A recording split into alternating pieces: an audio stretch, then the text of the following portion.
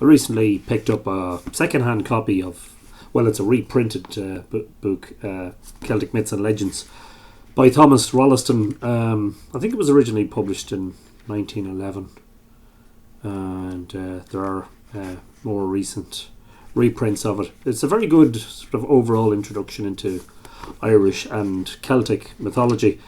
I'm just going to read a short section about the Tuatha Dé Danann, of course, none other than. And this section is called The Treasures of the Dananns. Tuatha McCarroll says they came to Ireland out of heaven. Tuatha McCarroll being one of the archetypal sort of wisdom characters from Irish mythology. He appears to be the equivalent of Fintan Mac Bócra, who survives the Great Flood, the biblical flood, by changing into different animals.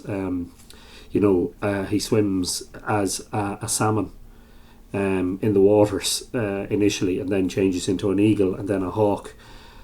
So Tuatha McCarroll says they came to Ireland out of heaven. This is embroidered in later tradition into a narrative telling how they sprang from 4 great cities, whose very names breathe of fairydom and romance: Fallias, Gorias, Phineas and Murias. And of course, the fact that the Dé Dananns came from these unknown cities and apparently landed coming from the sky have sparked all sorts of theories over the years, including that they came from Atlantis, and of course the idea that they were perhaps descending from another planet, that they were in fact an alien life form. Here they learned science and craftsmanship from great sages, one of whom was enthroned in each city, and from each they brought with them a magical treasure.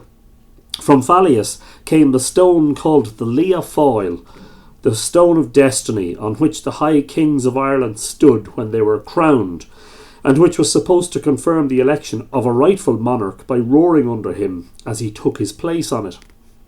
The actual stone, which was so used at the inauguration of a reign, did from immemorial times exist at Tara, and was sent thence to Scotland early in the 6th century for the crowning of Fergus the Great, son of Erc, who begged his brother Murtagh mac Erc, king of Ireland, for the loan of it.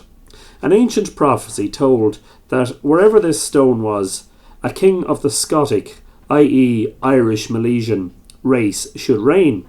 This is the famous Stone of Scone, which never came back to Ireland but was removed to England by Edward I in 1297, and is now the coronation stone in Westminster Abbey. And of course that has sparked all sorts of theories, all sorts of lavish conspiracy theories as well, in relation to, for instance, the connection between Tara and the biblical Ark of the Covenant. But I'm not going to go into that today. Nor has the old prophecy been falsified, since through the Stuarts and Fergus mac Erc, the descent of the British royal family can be traced from the historic kings of Milesian Ireland. The second treasure of the Dananns was the invincible sword of Lugh of the Long Arm, of whom we shall hear later, and this sword came from the city of Gorias. From Phineas came a magic spear, and from Murias the cauldron of the Dagda, a vessel which had the property that it could feed a host of men without ever being emptied.